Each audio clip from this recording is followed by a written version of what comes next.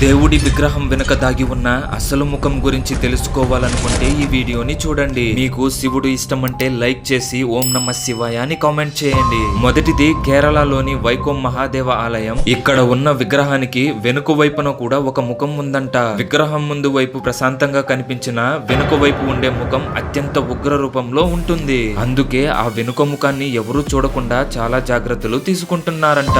రెండవది అహోబిలం నరసింహస్వామి ఆలయం. ఇక్కడ స్వామివారు ఒక ముసుగు లేదా కవచం వేసుకున్నట్టు కనిపిస్తారు. కానీ ఆ కవచం వెనుక స్వామివారి అసలు రూపం అత్యంత భీకరంగా రౌద్రంగా ఉంటుందంట. అభిషేకం చేసే సమయంలో మాత్రమే ఆ అద్భుత రూపాన్ని అతి కొద్ది మంది పూజారులు చూస్తారంట. మూడవది హిమాలయాల్లోని ఒక పురాతన ఆలయం. మీరిప్పుడు చూస్తున్న ఆలయంలోని విగ్రహానికి ముందు ఒక ముఖం ఉన్న దాని వెనుక భాగంలో మరో రహస్య ముఖం చెక్కబడి ఉందంట. ఇది సృష్టి మరియు స్థితికి సంకేతమని చెప్తున్నారు. ఇలాంటి మరిన్ని అంతు చిక్కని రహస్యాల కోసం నన్ను ఫాలో అవ్వండి. ఇలాగే ఈ వీడియోని మీ ఫ్రెండ్స్ తోటి షేర్ చేయండి.